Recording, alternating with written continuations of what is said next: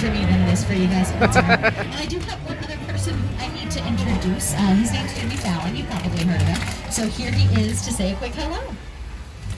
Oh, hey there. You made it. Welcome to the Universal Studio Tour. I'm Jimmy Fallon. I'll be making sure that you get through this experience in one piece. You've got the very best guide. Juliet. And the greatest driver. Dave. They're the best. I love them. It's true. Even though Juliet. owes me $5. Okay. I know you guys are excited to get on the tour, but first, a few safety rules. That's right, of course. We have a few safety rules. We want to please make sure everyone stays seated throughout our entire tour today, keeping all of your body parts inside of the tram. As far as your personal belongings go, keep a good handle on them. We got starts and stops and sit in tram motion. Want to make sure everything stays safely inside the vehicle. We are on private property, so please do not exit this vehicle at any point unless you are instructed to do so by myself or another team member here at Universal Studios. If you need me throughout the tour, I have an emergency cord. It runs straight down the center of the tram above your head, that big red cord. Give it a tug and I'll be back to assist you as soon as it is safe for me to do so. That goes for if you're having a medical emergency, if you drop something of value off the side of the tram, or if suddenly your monitors or speakers stop working in your car, go ahead and pull that big red cord. There is no smoking of any kind on our studio tour today. You are welcome to eat and drink throughout the tour, though, and ideally 3 times we're going to be going into indoor attractions. When we do that, we do ask that you put on your face masks, so just have it close and nearby. I will make sure to give you a reminder for when we're heading inside. But it is at your discretion whether you want to wear your facial coverings for the rest of the tour. And that's it. We've done it. We are leaving the theme park behind, heading into our real working movie and television studio here at Universal. So as we head on down our timeline, you can see posters on either side of the tram from just some of the thousands of films we've made over the years. In fact, we opened up this property March 15th, 1915. We have been rolling cameras here for over 100 years. And we're our own city, so we have things like our own city fire station. There on the right-hand side is Fire Station 51. That is a functioning LA County Fire Department, of course. They respond to any emergencies inside the theme park as well as in the movie studio. That just makes sure we get help a lot faster than anyone who'd have to come from off property, because we're about 400 acres, so we are a big footprint out here.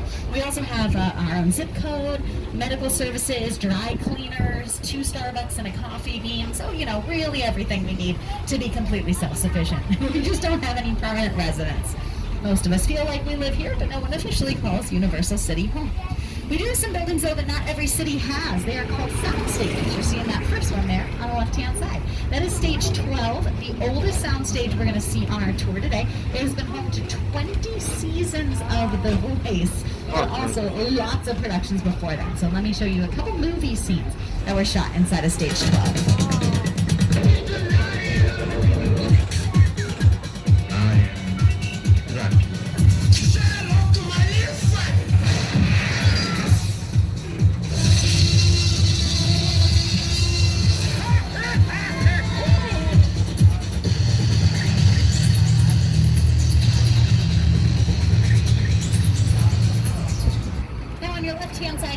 Stages 20, and we're going to go all the way down to 16. 19 and 18, which are coming up on the left, were used for the most recent season of AP Bio, starring Patton Oswalt and Paula Pell. We got season 4. I think it's premiering in like a week on Peacock, so they were using those 2 sound stages. And then we have 2 more coming up here on the left, stages 17 and 16.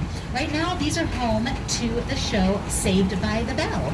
Bayside High is actually built right inside of those 2 sound stages, so that's where they've been doing portions of the reboot. And then just a couple months ago, those used to house the interior of the Cloud9 Superstore from the NBC show Superstore. So here's what it looked like right before Bayside High moved in. I know it's hot in here, but let's have some patience for one another. Yeah, the heat makes us all act. If your face stays where it is, it's gonna get punched. So what they did is they took out the dividing wall between stages 16 and 17 to make it one giant sound stage, and that's why they built the main interior for Superstore. They also used stage 21, which is coming up on your left behind all these trucks and trailers here. Stage 21 for Superstore housed the men's department, the loading dock, the manager's offices, and the break area sets. And right now they are using that for Saved by the Bell as well. In fact, all the trucks and trailers out here are what we call base camp for Saved Saved by the Bell, which essentially is like the hub of the production, where they start their day, end their day while they're working in these sound stages, of course, where they break for their meals, where you have wardrobe and makeup, and where everybody's going to hang out in between shooting scenes. So it's a very bustling area of the lot when they are filming in those 3 stages. Now, there's many different reasons why productions like to use our sound stages. They're gorgeous warehouses, as you can see, right? So the production comes in, they pick whichever warehouse works best for them as far as square footage and any special features. They build their sets inside, and then when they close those giant soundstage doors, the interior of the building becomes about 98% soundproof. So that's huge. They carve out a bubble where they have almost full control over their filming environment, which makes it a lot easier for them. Only crazy amplified things like maybe my microphone voice will kind of seep through a little bit. Coming up on your right, we're going to see stage 42. That is home to the show Mr. Mayor, starring Ted Danson, Holly Hunter, Bella Lovell, Bobby Moynihan, and Mike Cabellion. So that was home to their first season, and now they're moving for their second season. Pretty crazy. They're moving all the way to stage 44, which is coming up on the right-hand side, a 1 soundstage move. So Mr. Mayor is going to be shooting their second season inside of stage 44. It was also home to all 4 seasons of the show Good Girls, starring Christina Hendricks, Retta Mae Whitman, Reno Wilson, and Matthew Lillard.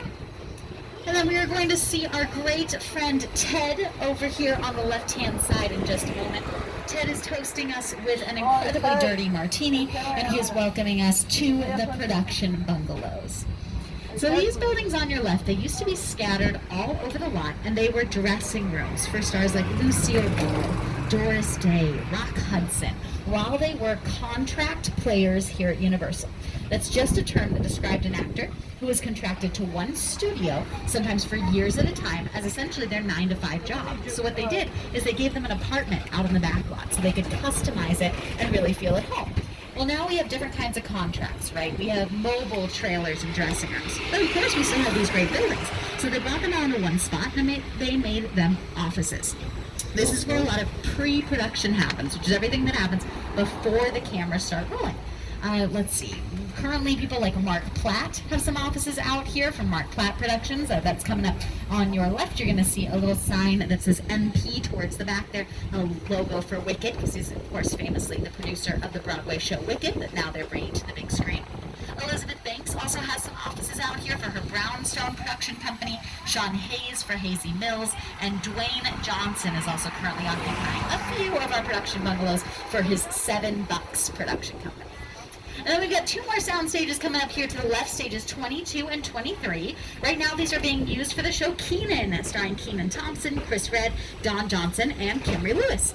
They were on a hiatus, just a break from filming, but they've been back for the last couple weeks, moving back into these sound stages and rolling cameras again. These are also our, newer style of soundstage, which just means that we've put office space in front and the more classic soundstage in back. It seems like a very simple thing, and it is, but it now allows it to be a lot more of a one-stop shop for productions. They can kind of do everything right here. And then we're making a little transition from our front lot and our sound stages, office buildings, to our back lot. This is where we have all of our exterior sets, so large outdoor construction. This chunk on your left is called our Metropolitan sets. We're going to see more of it in just a moment, but first we're kind of going around the back. I'm going to let Jimmy Fallon tell you a little bit about working in a big city somewhere like, let's say, New York. Hey everyone, welcome to New York. I got my start right here in New York on Saturday Night Live. This is actually my old neighborhood. What's got mugged over there? An old woman, tough lady. This is my favorite hot dog guy. Hey buddy, how's it going? Remember me? No. Just like old times. Gotta love New York City. Hey, I'm walking here. It's cool guys. I was just walking there. So it's not exactly New York, but a lot of times when you see New York in the movies, it was shot right here on the Universal Metro sets. If you can make it here, you can make it anywhere. Even if you make it here on the Universal lot.